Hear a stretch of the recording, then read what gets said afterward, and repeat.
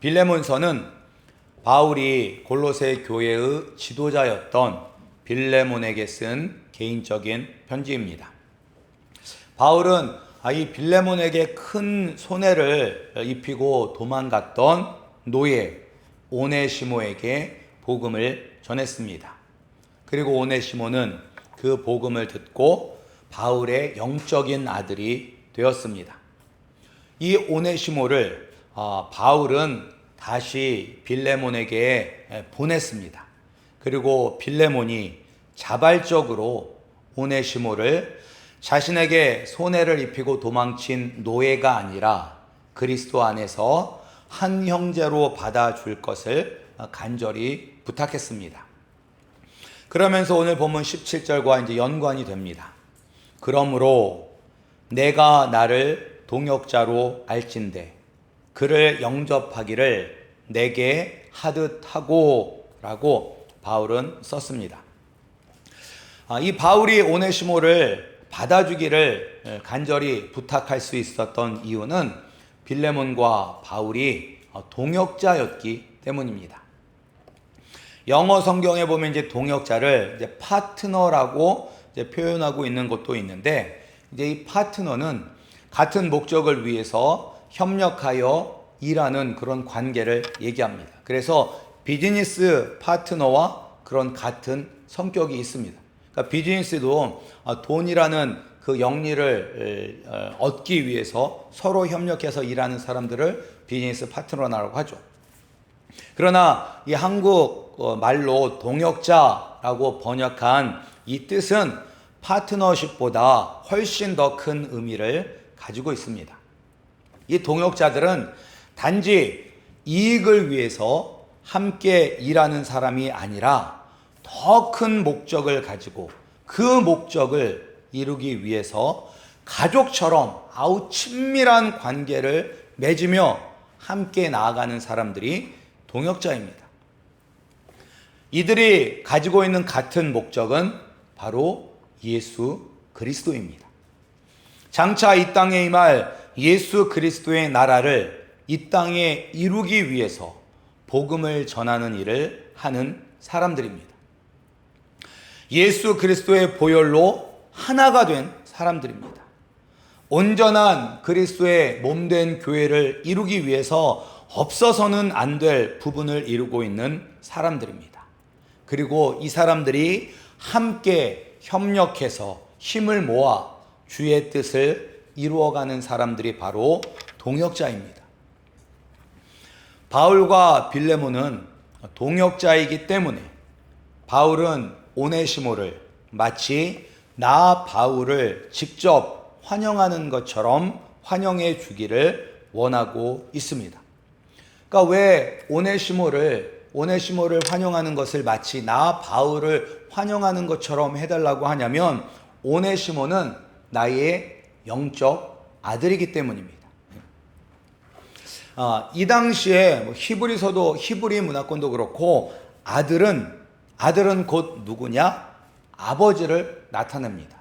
그래서 아들이 가면 거기는 누구의 아들이 왔구나 라고 생각하는 것이 아니라 그 아버지가 왔구나 라고 그렇게 생각을 합니다. 아들이 곧 아버지를 대표하는 것이기 때문에 영적인 아들인 오네시모를 환영하는 것은 바로 영적인 아비 되는 바울을 환영하는 것과 마찬가지입니다. 그러나 문제는 우리가 알다시피 이 오네시모가 빌레몬에게 있어서는 정말로 용서할 수 없는 사람이라는 것입니다. 그냥 단지 도망친 노예일 뿐만 아니라 자신에게 아주 큰 피해를 입힌 노예이기 때문에 바울을 환영하는 것처럼 오네시모를 환영하는 것은 쉬운 일이 아닐 것입니다. 그러나 이처럼 용서하고 받아들이기 힘든 사람도 환영하는 것이 예수님이 우리에게 원하시는 것입니다. 마태복음 25장을 보면 예수님께서 이제 두 그룹으로 사람들을 이렇게 나눠 놓으세요. 그리고 한쪽 사람들에게 말하기를 너희는 내가 배고플 때 먹을 것을 주었고 내가 목마를 때 마실 것을 주었고 내가 나그네 되었을 때에 나를 환영해 주었다. 그리고 내가 추위에 떨고 있을 때에는 나에게 따뜻한 옷을 주었고 내가 병들어 있었을 때에는 너희가 나를 간호해 주었고 그리고 내가 감옥에 갇혔을 때는 너희들이 와서 나를 돌보아 주었다. 그러니 너희는 하나님의 나라를 상속받아라 라고 말씀하셨어요. 그리고 나서 또 다른 쪽 사람들에게는 뭐라고 말씀하셨냐? 너희는 내가 배고플 때에 먹을 것을 주지 않았고 내가 목마를 때에 마실 것을 주지 않았고 나그네 되었을 때 환영하지 않았고 추위에 떨 때 옷을 주지 않았고 병들었을 때 옥에 갇혔을 때 나를 돌아보지 않았다. 따라서 너희는 마귀와 마귀의 종들을 위해 예비된 영원한 불에 들어가라 저주하셨습니다. 그런데 이제 축복받은 사람들이나 이 저주받은 사람들이나 도대체 자신들이 언제 예수님을 섬겼는지, 내가 언제 예수님을 섬기지 않았는지 도대체 알 수가 없었습니다. 그때 예수님이 말씀하셨습니다. 내가 진실로 너희에게 이르노니 여기 내 형제 중에 지극히 작은 자 하나에게 한 것이 곧 내게 한 것이니라. 이 지극히 작은 자 하나에게 하지 아니한 것이 곧 내게 하지 아니한 것이니라 라고 말씀하셨습니다. 여기에 나오는 지극히 작은 자는 성도 중에서 힘들고 어려운 사람일 수도 있고 또는 예수님을 믿지 않는 사람들 가운데서 불쌍한 사람, 고난당하는 사람, 핍박받는 사람을 의지합니다. 그러니까 예수님을 믿는 성도들뿐만 아니라 예수님을 믿지 않는 사람들에게도 그들을 예수님을 대하듯이 따뜻하게 사랑으로 대하여야 한다라고 예수님께서 말씀하시고 있는 것입니다. 따라서 우리는 한 사람 한 사람을 대할 때마다 예수님을 대하듯이 대해야 합니다. 정말로 예수님이 내 앞에 오시면 누구든지 예수님을 잘 환영할 수 있겠죠. 잘 대접할 수 있겠죠. 잘 섬길 수 있겠죠. 그러나 절대 예수님은 예수님의 모습으로 우리에게 나타나시지 않습니다. 지극히 작은 자, 연약한 자, 우리의 도움이 필요한 자의 모습으로 우리에게 나타나십니다. 따라서 바울이 빌레몬에게 나를 환영하듯이 오네시모를 환영하라는 것은 오네시모를 예수님 대하듯이 대하라는 것입니다. 이 모습이 진정한 그리스도인의 모습입니다. 따라서 우리 성도님들도 누구를 대하시든지 그 사람이 예수님이구나라고 생각하시고 그 사람들을 대하시기 바랍니다. 힘들고 짜증나고 때로는 없어져 버렸으면 좋을 것 같은 사람이라 할지라도 예수님이 그 모습으로 우리에게 오셨을 수도 있잖아요. 그러니까 예수 그리스도의 사랑으로 힘들고 어려운 사람들을 잘 섬길 수 있는 우리 성도님들이 되시기를 소원합니다. 그런데 이제 바울은 또 이제 알고 있었어요. 뭘 알고 있었냐면 오네시모가 빌레몬에게 아주 큰 피해를 입혔다는 그 사실을 알고 있었습니다. 그래서 18절에 그가 만일 내게 불의를 하였거나 내게 빚진 것이 있으면 그것을 내 앞으로 계산해라 라고 이야기하고 있습니다.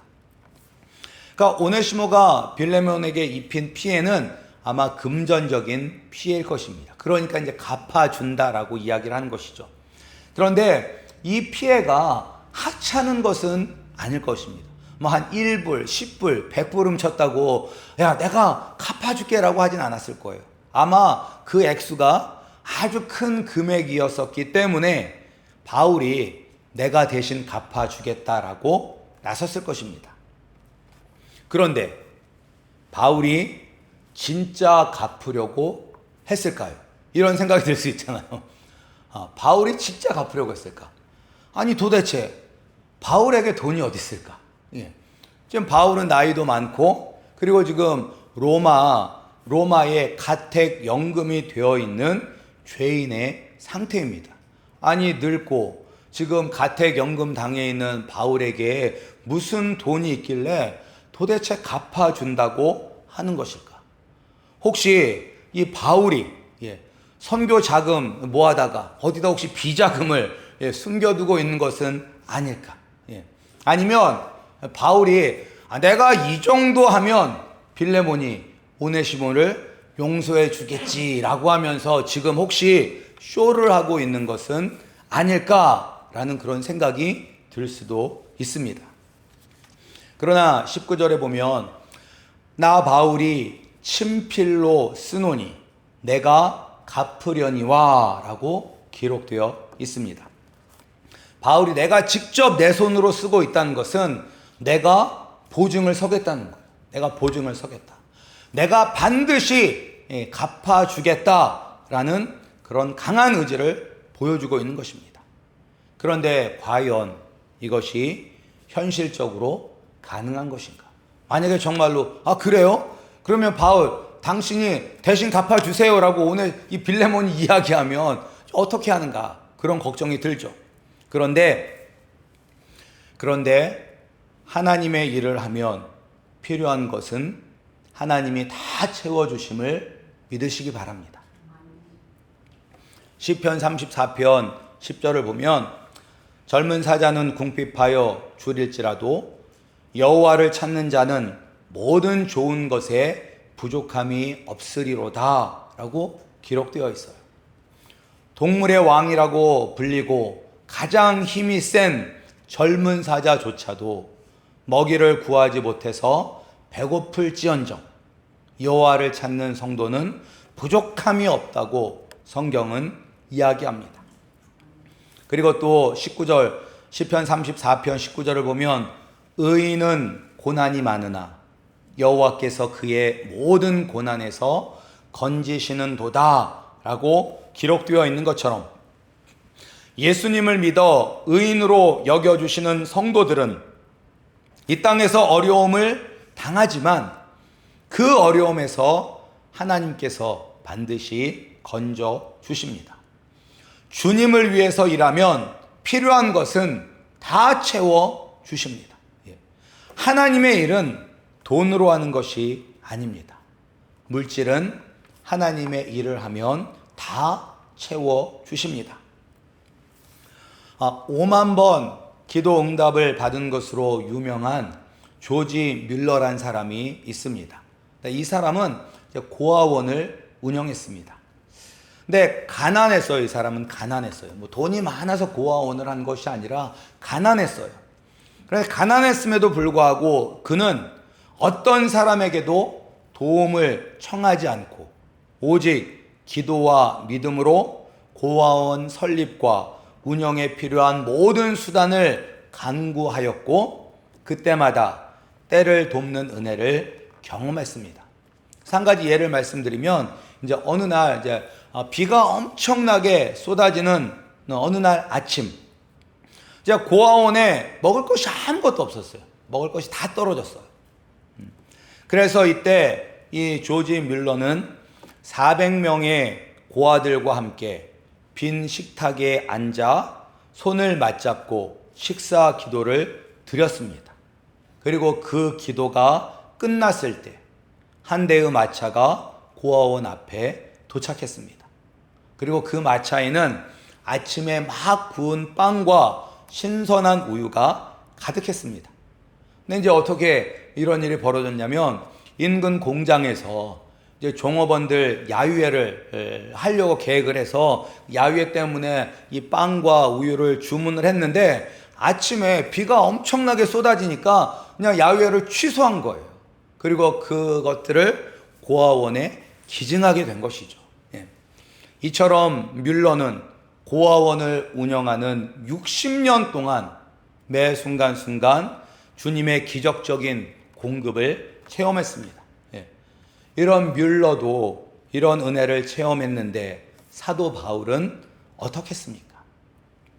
사도 바울도 그의 사역의 순간순간 필요한 모든 것들을 채워주신 하나님의 은혜를 경험했기 때문에 이번에도 하나님이 채워주실 것을 믿고 내가 갚아주겠다고 보증하고 있는 것입니다. 이것이 어떻게 보면 우리가 본받아야 할 참다운 성도의 모습입니다. 다른 사람이 어려움에 처했을 때 그것을 외면하지 않고 도와야 합니다. 말로만 돕는 것이 아니라 필요한 것을 실제적으로 돕는 것이 필요합니다. 바울은 그냥 말로만 하는 것이 아니라 정말 빌레몬이 오네시모 때문에 입은 그 피해를 대신 갚아주려 했습니다.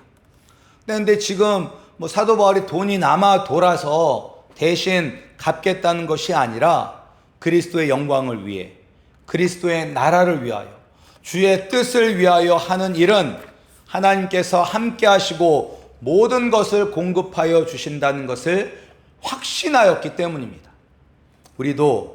우리가 주님의 일을 하면, 내일이 아니라 우리가 주님의 일을 하면 필요한 모든 것들을 부족함 없이 채워주시는 하나님의 은혜를 경험하시기 소원합니다.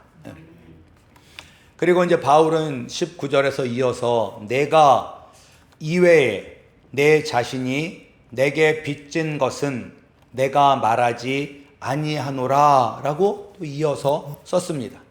그러니까 이 말뜻은 빌레몬도 지금 바울에게 빚진 것이 있다는 것입니다. 그러니까 나는 오네시모가 내게 빚진 것을 내가 대신해서 갚아주겠지만 빌레몬 네가 나에게 빚진 것은 더 이상 갚지 않아도 된다라고 말하고 있는 것입니다. 근데 빌레몬은 부자거든요. 빌레몬은 부자예요. 근데 이 빌레몬이 바울에게 무슨 빚을 졌을까요?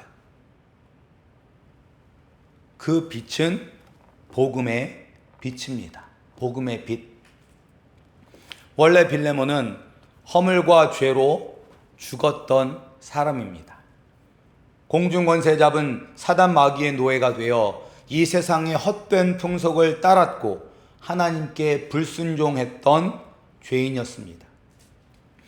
이런 빌레몬이 이제는 예수님을 왕으로 모시고 하나님 아버지 앞에서 의인으로 여김을 받게 되었습니다. 근데 어떻게 이런 일이 가능한가? 완전 이게 바로 이제 천지가 개벽할 일이거든요. 그러니까 예수님을 모르던 죄인이 예수님을 알고 하나님의 자녀가 되는 것이 천지가 개벽할 일인데 이런 일이 어떻게 가능했냐면 바로 바울을 통해서 복음을 들었기 때문입니다. 그리고 그 복음을 통해서 예수님을 만나고 예수님을 나의 구원자, 나의 왕으로 영접하여 하나님의 자녀가 되었습니다. 그런데 왜 우리는 복음을 들어서 예수 믿고 구원 받았으면 됐지 왜 복음에 우리가 빚을 졌다라고 이야기하고 있는 것인가? 도대체 내가 예수 믿게 된 게 어떤 빚을 내가 진 것인가 라는 생각을 할 수가 있죠. 나는 빚진 적이 없는데 그냥 복음을 듣고 내가 죄인이구나 고백하고 우리가 예수님을 믿고 구원을 받았는데 도대체 무슨 빚을 졌다라고 이야기를 하냐면 로마서 6장 23절에 보면 뭐라고 나와 있냐면 죄의 싹은 사망이다. 죄의 싹은 사망이다. 죄를 지으면 그 죄의 대가로 반드시 죽어야 된다. 근데 이 죽음은 육체적인 죽음만 의미하는 것이 아닙니다. 사람은 태어나면 다 죽습니다. 누구나 다 죽습니다. 근데 이 육체적인 죽음뿐만 아니라 우리가 죄 때문에 하나님의 진노와 저주를 영원히 받아야 하는 그런 영원한 죽음까지도 포함하고 있는 것입니다. 근데 이 죄의 싹, 죄의 싹은 이제 사망이니까 죄값을 치르면 우리가 죽음에서 구원받을 수가 있는 것입니다. 그런데 누가 이 죄값을 치를 수 있을까요? 누가 죄값을 치를 수 있을까요? 아무도 없습니다. 그래서 시편 49편 7절과 8절을 보면 아무도 자기 형제를 구원하지 못하며 그를 위한 속전을 하나님께 바치지도 못할 것은 그들의 생명을 속량하는 값이 너무 엄청나서 영원히 마련하지 못할 것임이니라 라고 기록되어 있습니다. 그러니까 이 죄의 싹 사망, 그러니까 이 생명을 이 죽음에서 구원하기 위해서는 죄값을 치러야 되는데 그 죄값이 너무나 엄청나기 때문에 그 누구도 죄값을 대신 치를 수가 없다는 것입니다. 그래서 누가 이 땅에 오셨습니까? 그래서 하나님이신 예수님께서 우리와 똑같은 모습으로 이 땅에 오신 것입니다. 우리의 죄값을 대신 갚아주기 위해서 오신 것입니다. 마태복음 20장 28절에 예수님께서 말씀하십니다. 인자 내가 온 것은 섬김을 받으려 함이 아니라 도리어 섬기려 하고 나의 목숨을 많은 사람의 대속물로 주려 함이니라. 디모데전서 2장 5절 6절 말씀을 보면 하나님은 한 분이시요 또 하나님과 사람 사이의 중보자도 한 분이시니 곧 사람이신 그리스도 예수라. 그가 모든 사람을 위하여 자기를 대속물로 주셨으니 기약이 이르러 주신 증거니라. 우리의 죄값은 누구도 대신 갚아줄 수 없습니다. 그러나 예수님은 하나님이십니다. 이 세상을 만드시고 온 우주를 다스리시는 하나님이십니다. 오직 예수님만이 우리가 받아야 할 하나님의 진노와 저주를 감당하실 수 있습니다. 그리고 예수님은 기꺼이 자신의 생명으로 우리의 생명을 구원해 주셨습니다. 따라서 바울이나 빌레몬이나 오네시모나 우리나 다 예수 그리스도께 빚진 자들입니다. 그리고 그 빚은 갚을 길이 없는 빚입니다. 어떻게 하나님이신 예수님의 생명의 빚을 갚을 수 있겠습니까? 따라서 예수님이 우리를 위하여 죽으셨다는 것은 우리가 도저히 감당할 수 없는 은혜를 베풀어 주신 것입니다. 더욱더 감사한 것은 하나님은 예수의 몸 핏값으로 너희를 샀으니까 이제 빚 갚아야지. 빚 갚아야지. 나가서 열심히 일해라. 나가서 열심히 복음을 전하면서 많은 사람에게 예수 그리스도를 전해라. 그게 너희가 나에게 빚을 갚는 것이다라고 말씀하지 않으셨습니다. 이미 우리가 예수 그리스도를 나의 구원자로 나의 왕으로 영접했을 때 그 빚을 다 탕감하여 주셨습니다. 이 진리를 깨달은 사람은 예수님을 사랑할 수밖에 없습니다. 예수님을 사랑해라 사랑해라 해서 억지로 사랑한 것이 아니라 나를 위하여 예수님께서 죽으셨다는 그 사실을 깨닫고 내 모든 빚을 다 갚아주셨다는 것, 그리고 그 빚을 탕감하여 주셨다는 것을 알면 우리는 예수님을 사랑하지 않고는 살아갈 수 없습니다. 이제는 나를 위하여 사는 것이 아니라 내 안에 계신 예수님을 위하여 살아갈 수밖에 없습니다. 그런데 눈에 보이지 않는 예수님을 사랑하고 예수님을 위하여 사는 길 중에 하나가 바로 형제를 사랑하는 것입니다. 지극히 작은 자를 돕는 것입니다.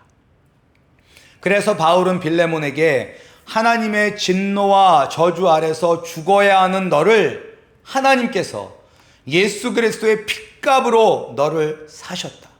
너의 목숨의 값을 치르셨다.